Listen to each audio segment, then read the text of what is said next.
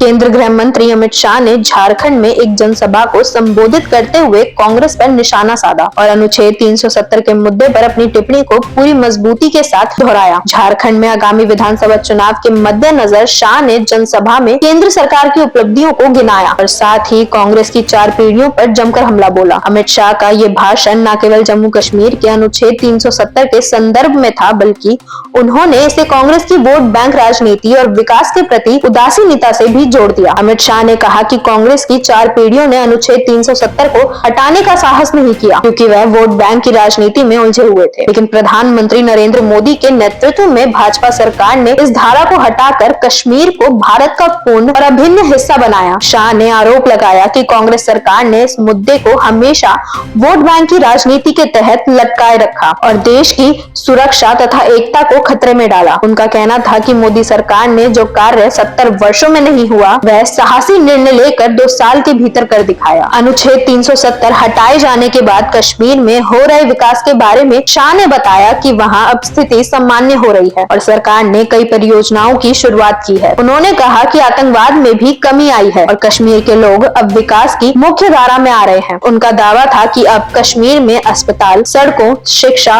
और अन्य बुनियादी सुविधाओं पर जोर दिया जा रहा है, जिससे वहां के लोगों का जीवन बेहतर हो सके। झारखंड के मंच से अमित शाह ने कांग्रेस पर कड़ा हमला बोलते हुए कहा कि कांग्रेस हमेशा से वोट बैंक की राजनीति करती है। उन्होंने कहा कि कांग्रेस की 4 पीढ़ियों ने हमेशा देश की जनता को भावनात्मक रूप से बांधकर वोट बटोरने का काम किया है, लेकिन विकास के कार्य कभी नहीं किए। शाह ने कहा कि मोदी सरकार ने देश हित को प्राथमिकता दी और कभी भी वोट बैंक के दबाव में नहीं आई। उन्होंने कहा कि कांग्रेस सरकार ने देश की एकता और सुरक्षा से समझौता किया, जबकि भाजपा ने देश के सभी हिस्सों को एकता के सूत्र में बांधने की कोशिश करी। अमित शाह ने झारखंड के विकास के लिए भी भाजपा सरकार की प्रतिबद्धता जताई है। उन्होंने बताया कि केंद्र सरकार ने झारखंड में विभिन्न योजनाओं की शुरुआत की है, जिसमें बुनियादी ढांचे का विकास, ग्रामीण इलाकों में सड़क, बिजली और पानी की उपलब्धता, आदिवासी क्षेत्रों में स्कूल और स्वास्थ्य व्यवस्थाएं शामिल है। शाह ने दावा किया कि भाजपा सरकार ने झारखंड में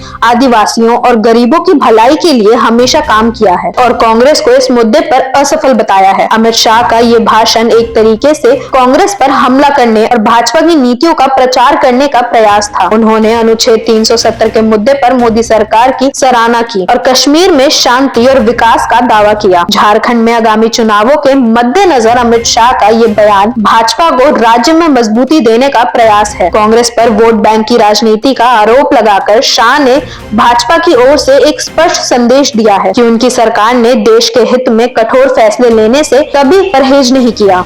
ऐसी और वीडियोस देखने के लिए फॉलो करें डियर इंडिया टीवी को। धन्यवाद।